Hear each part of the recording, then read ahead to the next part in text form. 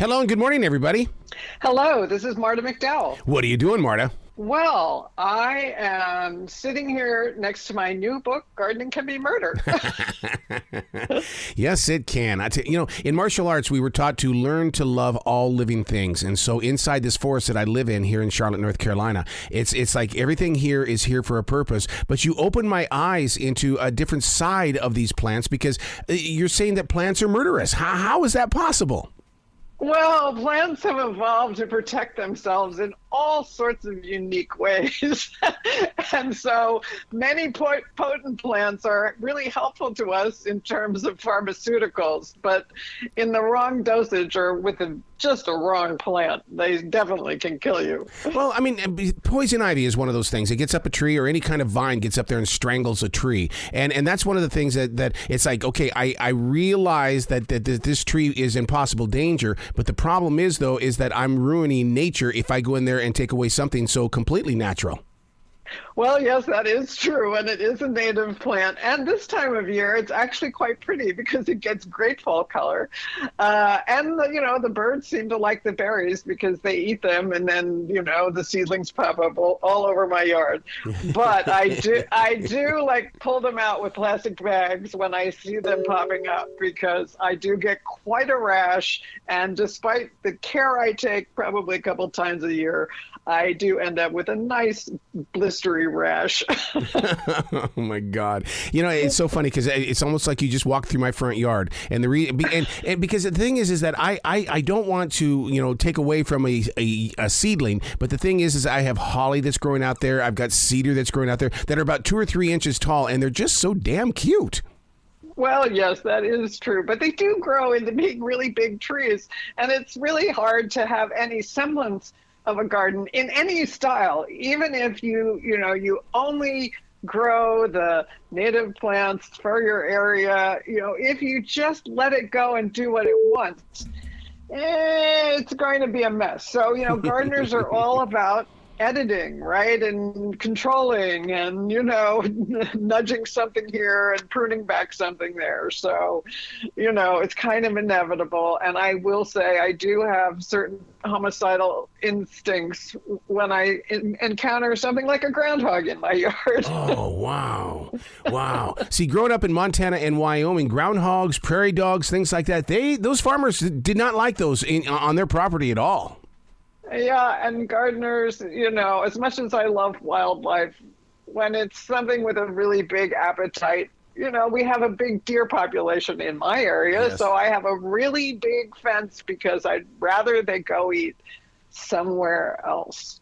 and that feeling of when you catch a deer inside your gardening, because it happens here all the time, and they look at you like going, What? You put it out here, it's mine. You bet. It's like a big squirrel, it's totally acclimated to living with us. Now, when it comes to gardening, we here in the Carolinas, we have clay. So therefore we have to build those boxes and then put the soil inside the boxes. So I think they call that a raised garden. You bet. I do the same thing here because we have clay soil and also we have the edge of what was the Wisconsin Glacier, and so there's lots of rocks. So yes, for any of my veggies and for my little transplants, I have nice raised beds, and then the chipmunks make little chipmunk houses in them. Yeah. One of the things that you expose inside this book is the fact that there are many mysteries inside a garden. So many people are just so excited about bringing the carrots up or whatever, or even the pumpkins this time of season, but there's a mystery somewhere inside that garden.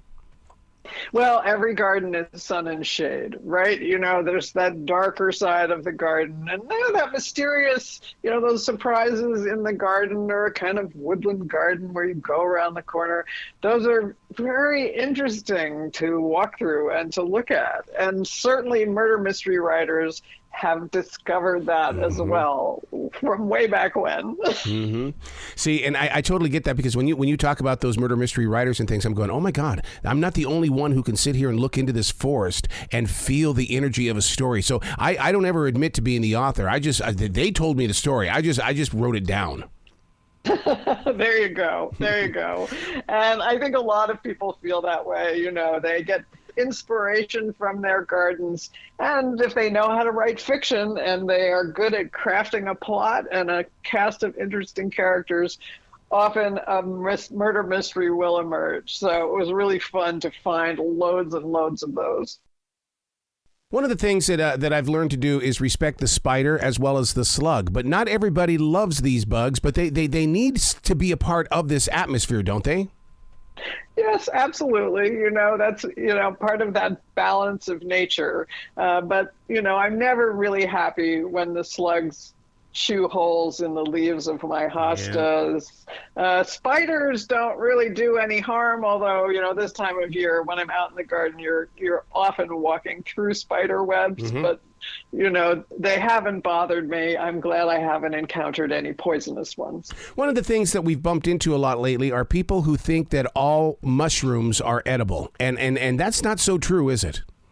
Oh no! And it's been used in murder mystery plots. That that idea of that kind of mysterious side of mycology, and it's in the news sometimes too. Right? There's a recent big to-do about a case in Australia of whether this woman poisoned people at her dining table or not. Was it an accident or not? So you really have to know what you're doing if you're foraging. Now, you being up north and me being in the south, we get your birds during the migration season. So how do you prepare nature in your garden so that they can make that flight here? Because I have wild grapes in my forest here for them to come down and chew on while they're here so they can make their way back home to you. Oh, you bet. I mean, there's plenty of material in my garden, excuse me, that they can feast on. So this time of year, they like this cornelian cherry.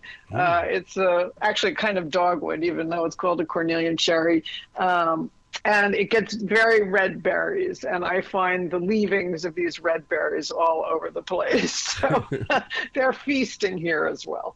So does a plant get away with murder?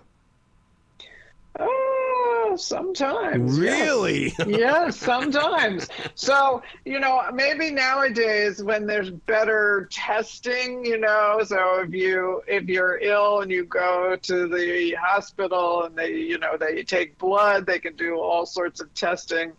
So, maybe not as many people get away with it as they used to, but at least in the world of murder mysteries, usually the villain is exposed by the end, right? Justice is served. So, from, Sherlock Holmes and Agatha Christie right up to writers today, like Vicki Lane, she writes mysteries set around Asheville, so not too far from you. Yeah.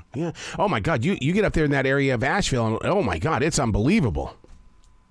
You bet. And she lives there, so her mystery settings are always really rich with descriptions, and I love her characters too. How did you come across the connection between these murder mysteries and plant life?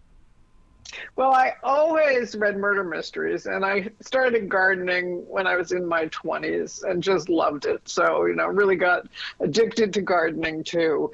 And one day I read this book. It was called Mulch.